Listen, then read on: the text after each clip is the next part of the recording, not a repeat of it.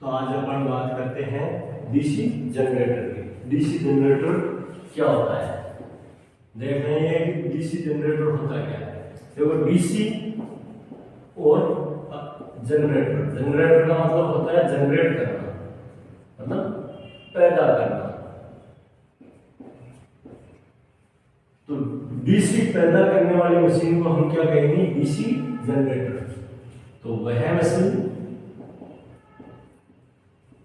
जो यांत्रिक ऊर्जा की सहायता से,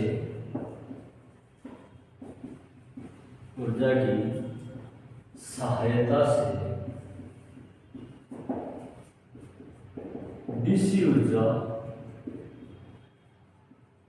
उत्पन्न करती हो, या फिर ऐसे बोल सकते हैं कि वह मशीन जो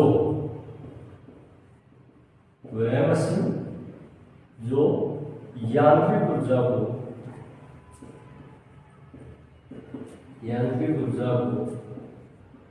डीसी विद्युत ऊर्जा में बदलती है उस मशीन को डीसी जनरेटर कहते हैं।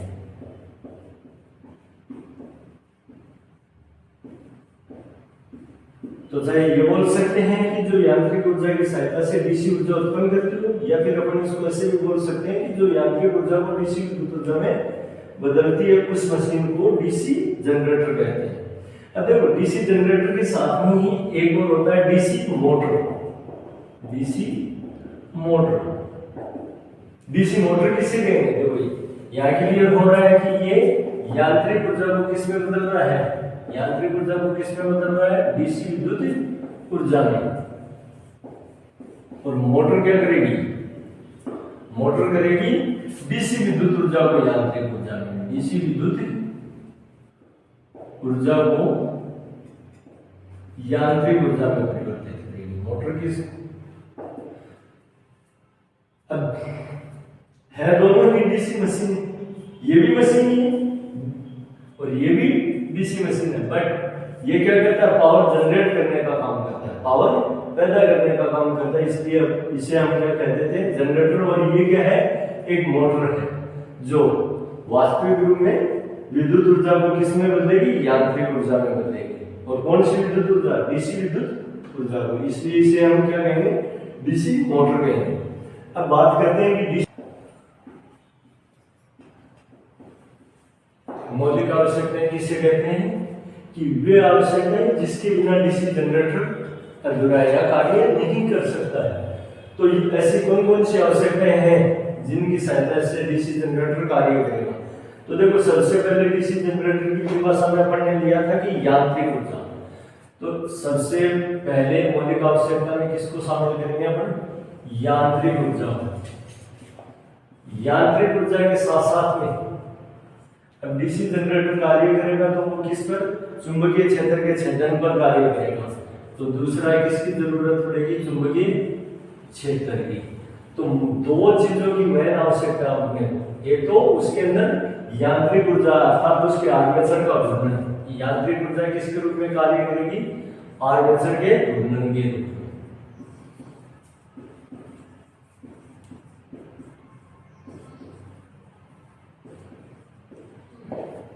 और ये किसके रूप में रहेगा, ये मुख्य चुंबकीय फ्लक्स के रूप में।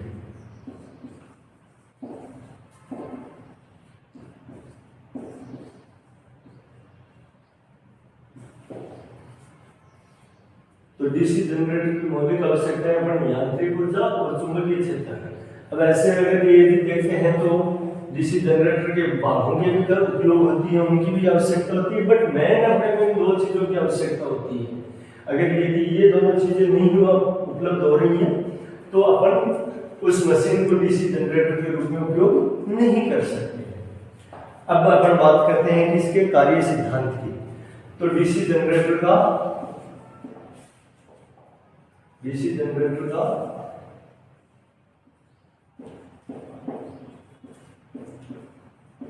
कार्य सिद्धांत। कार्य सिद्धांत। अब डीसी जनरेटर का कार्य सिद्धांत क्या है? डीसी जनरेटर किस सिद्धांत पर कार्य करता है? तो डीसी जनरेटर करता है विद्युत चुंबकीय प्रेरण के सिद्धांत पर। किसका? फैराडे के विद्युत चुंबकीय प्रेरण सिद्धांत पर। किसके? फैराडे के विद्युत चुंबकीय प्रेरण सिद्धांत पर। किसके सिद्धांत पर कार्य करेगा? फैराडे के विद्युत चुंबकीय प्रेरण का सिद्धांत। अब विद्युत चुंबकीय प्रेरण सिद्धांत क्या होता है? देखो यहां पर अपने सामने विद्युत चुंबक प्रेरण तीन शब्द आ रहे हैं, विद्युत चुंबक और प्रेरण। तो सबसे पहले क्या रहेगी? कोई अपने पास विद्युत रहेगी, उस विद्युत से अपन क्या बनाएंगे? एक चुंबकीय क्षेत्र पैदा करेंगे और वो चुंबकीय क्षेत्र किसके रूप में जाएगा? प्रेरण के रूप में। प्रेरण के रूप में जहां पर अपना आर्मेचर के चालक घूम रहे उन चालकों में ये प्रेरण के दौरान विद्युत ऊर्जा उत्पन्न करेगा। तो अपने सामने तीन चीजें, विद्युत चुंबकीय प्रेरण। अब यहीं से इस सिद्धांत को अपन समझेंगे कि विद्युत चुंबकीय प्रेरण सिद्धांत क्या है। हमें रखने की जरूरत नहीं है, इसको पूरा का पूरा टॉपिक समझने की जरूरत है। तो देखो विद्युत चुंबकीय प्रेरण का सिद्धांत है।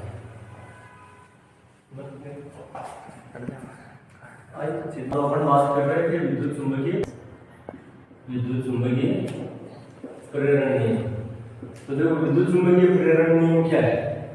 विद्युत चुंबकीय प्रेरण सिद्धांत क्या है? तो विद्युत चुंबकीय प्रेरण का सिद्धांत क्या है? देखो विद्युत चुंबकीय प्रेरण का सिद्धांत क्या है कि यदि किसी चुंबकीय क्षेत्र में किसी चालक को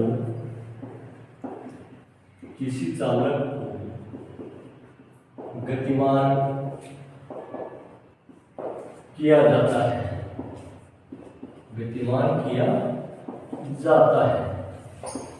या गति कराई जाती है। एक ही बात है, गतिमान किया जाता है या गति कराई जाती है। तो चालक द्वारा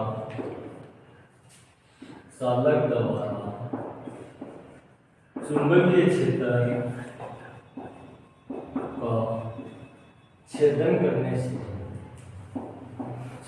करने से चालक में एक प्रेरित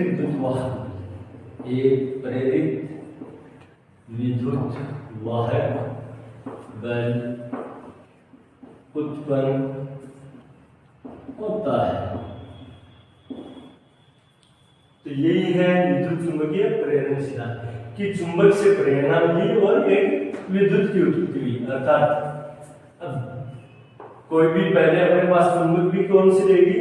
देखो डीसी जनरेटर है तो जनरेटर में अपन कौन सी चुंबक का प्रयोग करेंगे? विद्युत चुंबक का प्रयोग करेंगे। तो विद्युत चुंबक के अंदर अगर किसी चालक को अपन गति करवा रहे हैं तो उसमें चालक में क्या हो जाएगा? एक प्रेरित विद्युत वाहक बल पैदा हो जाएगा, जिस विद्युत वाहक बल को अपन क्या कहेंगे? प्रेरित विद्युत वाहक बल। अगर यदि बात करता हूं मैं कि ये विद्युत वाहक बल किस प्रकार का होता है, तो आर्मेचर में नोट करने वाली बात है कि आर्मेचर में प्रेरित होने वाला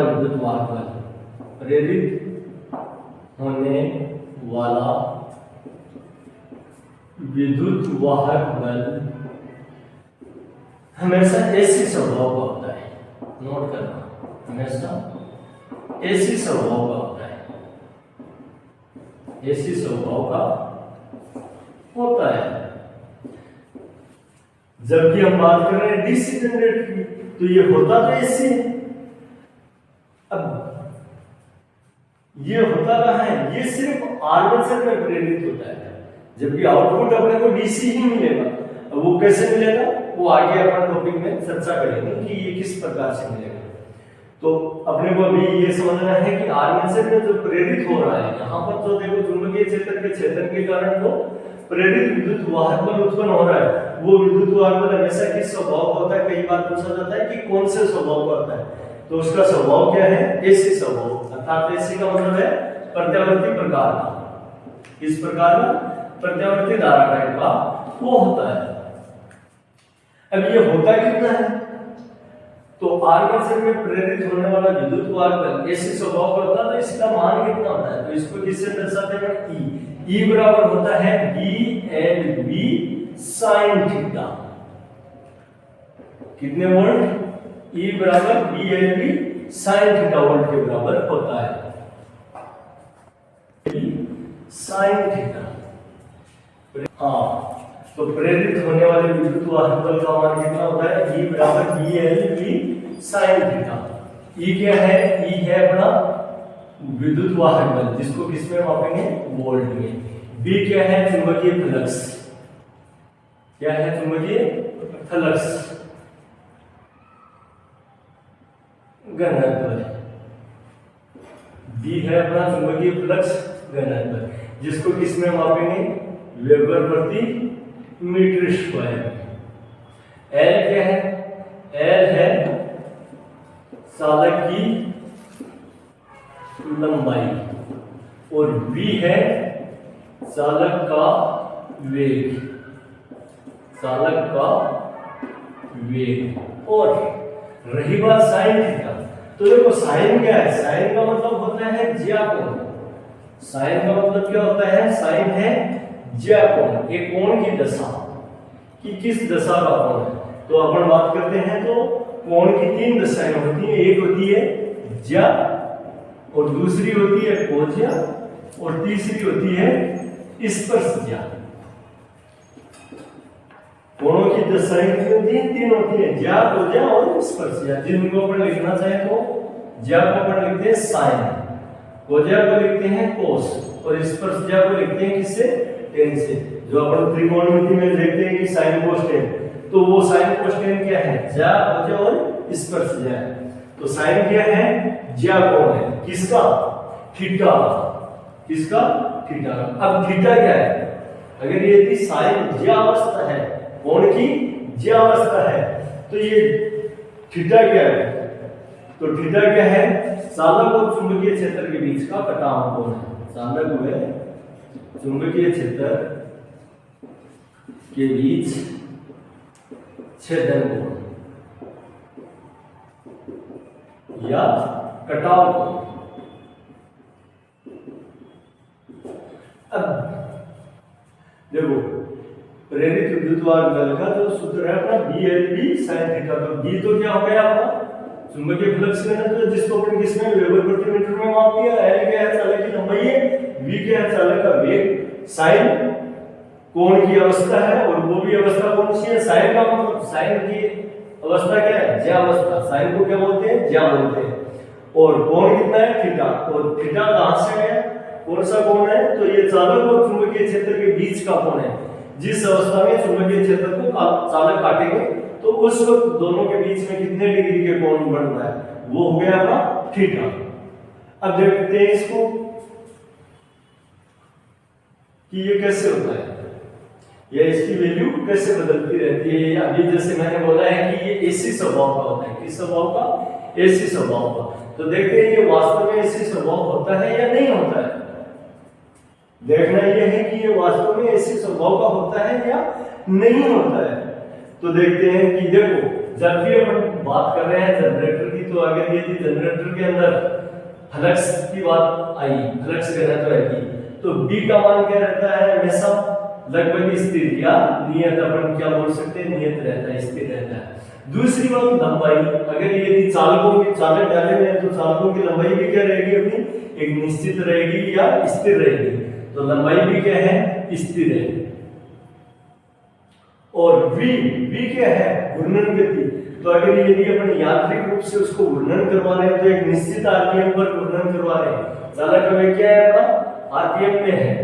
या फिर कभी कभी इसको कंफ्यूज करने के लिए न्यूमेरिकल में जब पूछा जाता है तो आरपीएस भी दे देते हैं।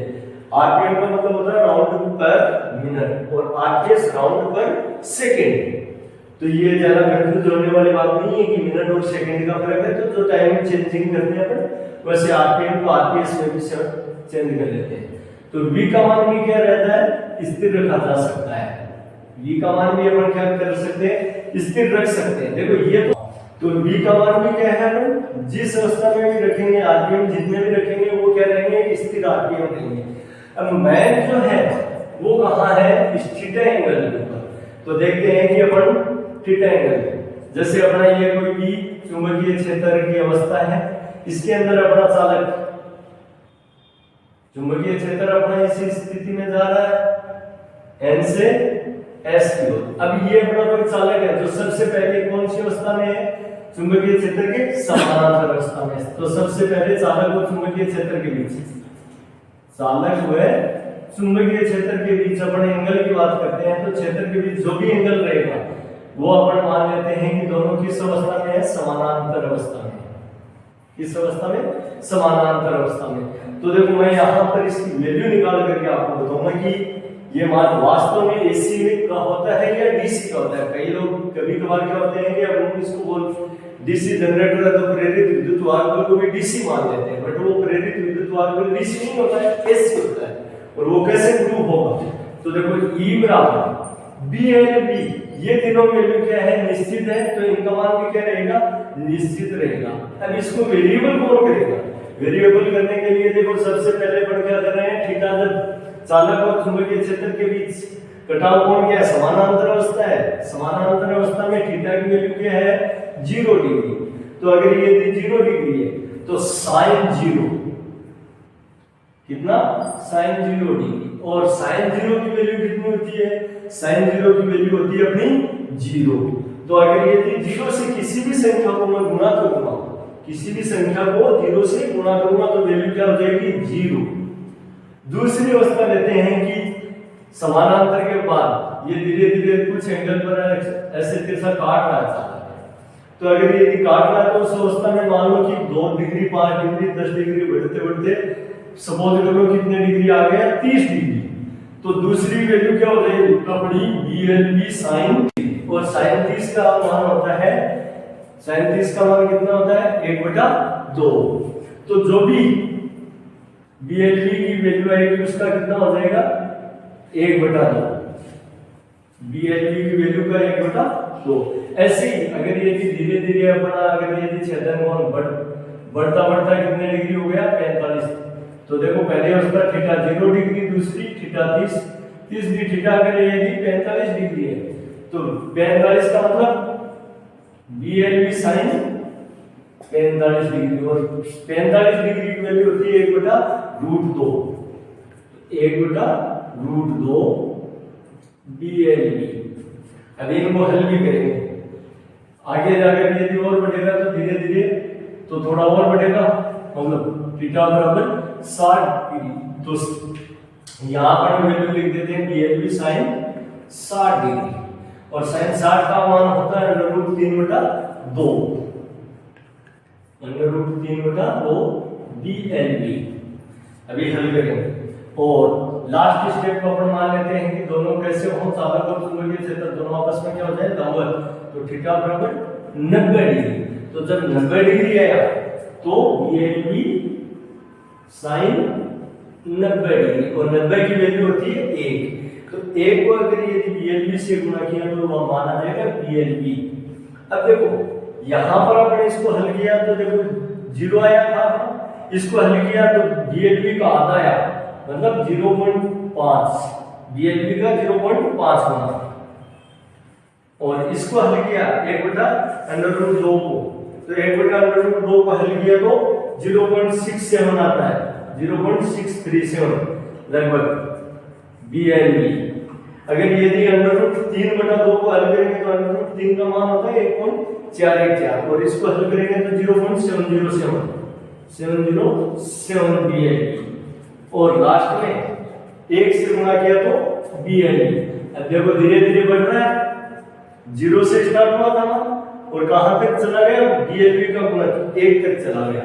तो अगर यदि मैं बात करूं तो 0 से 90 डिग्री के चक्कर की, तो यहाँ पर मैं इसका ग्राफ बना करके दिखाता हूँ। तो 0 से 90 के बीच अपना ग्राफ क्या हुआ, ऐसे है, 0 फिर 0.5 BLB, 0.6 BLB, 0.7 BLB, और लास्ट में 1 BLB, जैसे अपना यहाँ से 0 डिग्री से घूर्णन कहाँ तक आया, 90 डिग्री तक। अब ऐसे ही देखो, ये चुंबकीय क्षेत्र है तो चालक आगे भी घूमेगा, तो 90 से रिवर्स चल दिया, 90 से रिवर्स चल दिया तो क्या हुआ कि भाई जैसे 120 डिग्री घूम गया, तो 120 डिग्री को अपन क्या बोलेंगे, साइन 90 + 30, और 90 + 30 किसमें कन्वर्ट हो गया, cos 30 में। cos 30 की वैल्यू क्या हो जाएगी, cos 30 की वैल्यू √3/2 मतलब 0.707। तो वापस अपना ग्राफ क्या हो गया, थोड़ा सा कम हो गया। ऐसे ही ये तो किसके लिए था, 120 डिग्री के लिए। अब हो सकता है थीटा अपना कितना हो, 150 डिग्री, तो 150 पर क्या हो जाएगा, साइन 90 प्लस 150 कब होंगे, 90 + 60, तो साइन 60 डिग्री। और साइन 60 क्या मतलब क्या हो गया, साइन 60 की वैल्यू किसके बराबर हो जाएगी, cos 30 के बराबर। तो वापस कम। एक कंडीशन ऐसे ही करते करते क्या हो जाएगी, बिल्कुल पहले इस दिशा में पैरेलल था, अभी डायरेक्शन चेंज हो गई इस दिशा में, मतलब 180 डिग्री। तो वो क्या हो जाएगा, साइन 90 + 90 180 हो गया, और साइन 90 + 90 है तो ये किसमें चेंज हो जाएगा, ये हो जाएगा cos 90 में चेंज, और cos 90 की वैल्यू होती है 0। तो लास्ट स्टेप ये हो गया अपना आधा चक्कर। ऐसे ही 180 के बाद देखो यहां पॉजिटिव चक्कर में चल रहा है घूर्णन, फिर नेगेटिव चक्कर आ जाएगा, तो ये ऐसे ही अपना ग्राफ चलता रहेगा। तो इसलिए हमेशा ध्यान रखना है कि BLB sin थीटा है वो वैसे किस स्वभाव की होती है, ऐसी स्वभाव की होती है। तो अपने समझ में आ गया कि डीसी जनरेटर किस सिद्धांत पर कार्य करता है। डीसी जनरेटर विद्युत चुंबकीय प्रेरण के सिद्धांत पर कार्य करता है, और उसका सूत्र है BLB sin थीटा। और वो BLB sin थीटा हमेशा किस स्वभाव का होता है, ऐसी स्वभाव का होता है जो अपन ने यहाँ हल करके भी देखा है कि BLB की वैल्यू कैसे चेंज होती है साइन के साथ। इसलिए इस वैल्यू से अपने को पता चल रहा है कि ये अपना ग्राफ किस प्रकार का बनेगा, ऐसी स्वभाव का ग्राफ बनेगा। दूसरी बात कि B का मान, B का मतलब क्या है, L का मतलब क्या है, B का मतलब क्या है, साइन क्या है, थीटा क्या है, ये चीजें भी अपने को ध्यान में रखनी होती है। कई बार अपने से ये चीजें भी पूछ ली जाती हैं। अब अपन बात करते हैं, आगे बात करेंगे कि भैया अगर ये प्रेरित होने वाला विद्युत वाहक बल BLB sin थीटा है, तो जनरेटर द्वारा प्राप्त होने वाला विद्युत वाहक बल किस स्वभाव का रहेगा। तो जनरेटर द्वारा प्राप्त होने वाला विद्युत वाहक बल है वो हमेशा किस स्वभाव का रहेगा, डीसी स्वभाव का रहेगा। अगर यदि वो डीसी स्वभाव का है तो उसकी वैल्यू कितनी रहेगी, तो आपने अमूमन पढ़ा होगा कि E = π/60A। डीसी वोल्टेज की वैल्यू कितनी होती है, E =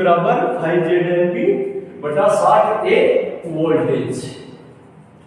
और एसी की प्रेरित होने वाले इस विद्युत वाहक बल की वैल्यू कितनी होती है, BLB sin थीटा वोल्टेज। तो अभी इन दोनों के अंदर संबंध भी देखेंगे कि ये कहां से आया है। नेक्स्ट वीडियो में अपन देखेंगे कि E = π/60 है, ये कहां से आया है, और इसका और इसका आपस में क्या संबंध है, प्रेरित होने वाले विद्युत वाहक बल का और डीसी में प्राप्त होने वाले विद्युत वाहक बल के बीच में क्या संबंध है, और ये किस प्रकार से BLB sin थीटा है वो π/60 में बदला है, ये अपन नेक्स्ट वीडियो में देखेंगे।